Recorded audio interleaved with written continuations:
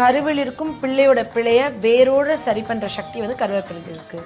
அதாவது genetic disease, இப்போ எங்கள் அப்பா அம்மாவுக்கு சுகர் இருந்துச்சு, ப்ரெஷர் இருந்துச்சு, என் தாத்தாக்கு இப்போ ஒரு கேன்சர் இருந்துச்சு, ஒரு கிட்னி ப்ராப்ளம் இருந்தால் என் பிள்ளைக்கு அடுத்தடுத்து ஜெனட்டிக்காக வரும் அப்படின்னு சொன்னால் இந்த ஜெனட்டிக்கை பிரேக் பண்ணுறதுக்கு என்ன இருக்குது அப்படின்னா இவங்க வீட்டில் இருந்தால் ஒரு ஃபேமிலியில் பெரியவங்க அவங்க வந்து என்ன சொல்கிறாங்கன்னா இந்த மாதிரி பரம்பரை நோய்கள் வராமல் தடுக்கும். நம்மளுக்கு புது ஜீன் வேணும்.